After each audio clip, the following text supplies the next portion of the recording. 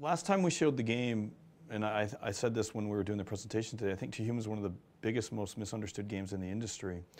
We showed it, we were compared to games like Devil May Cry and God of War, which is nothing like we're like. So we went dark, essentially for 18 months, with the exception of the preview that we were with IGN a few months ago.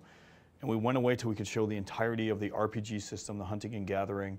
And we really are coming out now and saying, you know, if you like games like Diablo, World of Warcraft, as well as a combination of that with action, that's really what defines To Human. And we really couldn't show that before, and that's one of the reasons we decided to go quiet.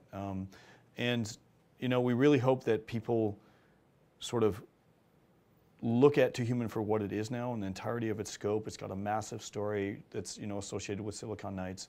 It's got some Twitch elements that you never see in these RPG games. And when you look at things like, say, the controller and the right-hand stick, which everyone's always asked us about, if you look at a game like Diablo or World of Warcraft, what you do is essentially click.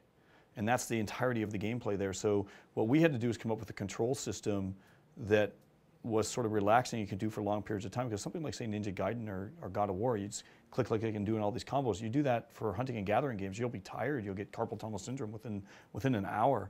And so we wanted to create sort of a relaxing interface, and at the same time create all these deep elements. So now finally we showed all these different combinations of cybernetics and armor sets and all the different weapon classes and all the gameplay. And really, we hope people can really see To Human for what it is now and finally say, oh, now I understand To Human.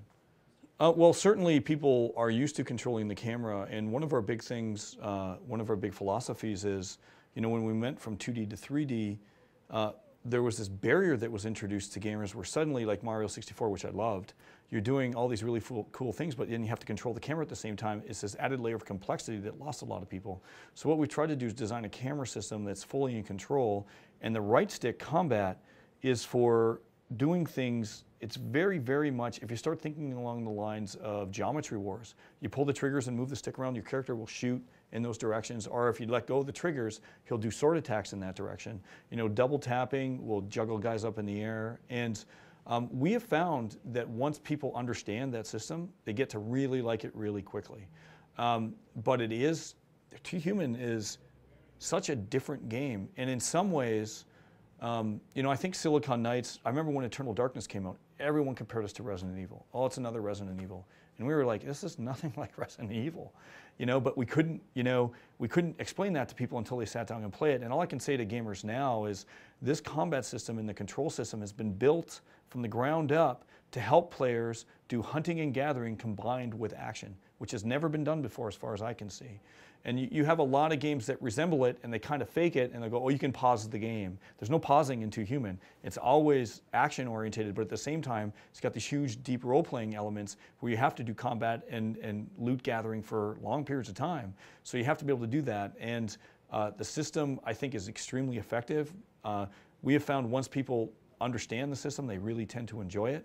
And it's just, you know, sitting down and playing with it for more than a couple minutes, I think people will pick up with it. And I personally think it's the best system that we've designed to date as far as controls go. You know, really the gamers are going to decide though. Because To Human's got a lot of action, we really wanted to, we feel that when you're telling content, you want to create peaks and valleys. So if you can have intense action, you can't have intense action all the time. So we designed cyberspace to be this artificial reality that looks natural, but allows the players to find secrets and hidden loot and, you know, very rare items. So it's an outdoor environment that's essentially like the Matrix. It's not real, but it allows you to, you know, get advantages against boss fights. There's all kinds of things. So whenever you see a cyberspace well, you'll be able to go in, teleport yourself or an image of yourself there, and go through basically the electronic, you know, the internet or cyberspace back in the Norse time, back in our story, and manipulate the world, the real world.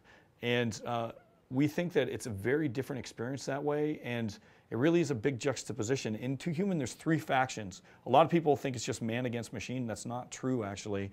In To Human, we have the humans and the gods, the monsters and the giants, which are machines, and then you've got the artificial intelligences, which are the Norns and all the groups in cyberspace that's like the repository of information. And all these groups are fighting for survival. And they all want to make a mark, and that's our story really converges in all that over the trilogy arc, and that's I think that's something that people who are interested in the story will really appreciate.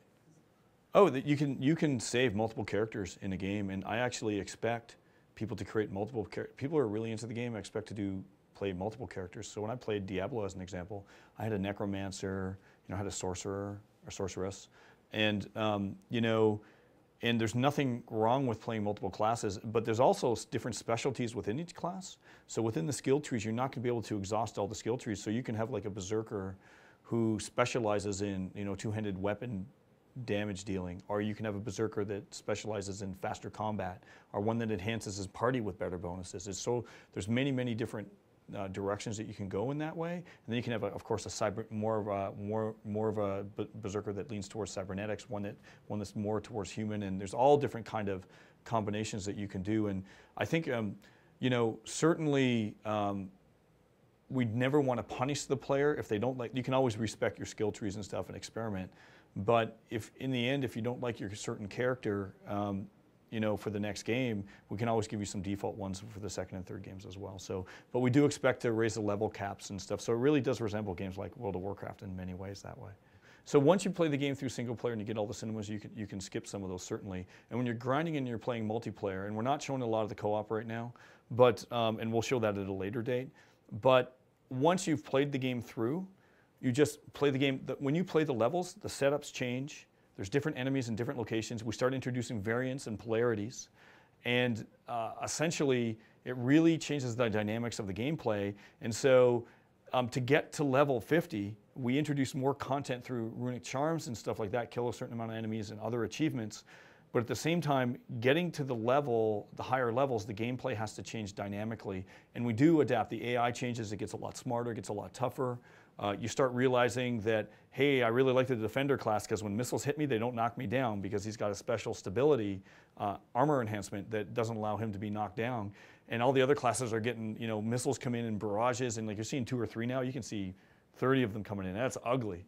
And you start to realize that, hey, I'm going to get the aggro, so the defender can go in, get the aggro, and then you can have the damage dealers in the back and sort of really do it that way. And when all that stuff really does come together for the gamer, I think that stuff is really fun.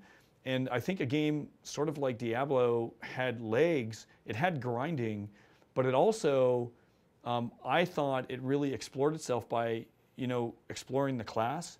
In Diablo, the classes changed significantly from level 20 to level 30 to level 40 to level 50. I remember when I was a necromancer at one point, I had a couple bone golems. I was like, I'm going to go all skeletons. And I started raising tons of skeletons. Had a few AI problems in some of the places, but I'd always raise like 30 skeletons, and I'd go around and do that. That's the same thing with your human. As you go through sort of these decades of levels, everything's going to change pretty significantly. And you'll find that a berserker can suddenly go through like a berserker gets more combo levels as an example, and he can start doing all these different these runers and doing a lot of special damage attacks that other classes just can't do, and he can just build it up more. And there's all these different things that you can explore and start realizing the difference between the classes.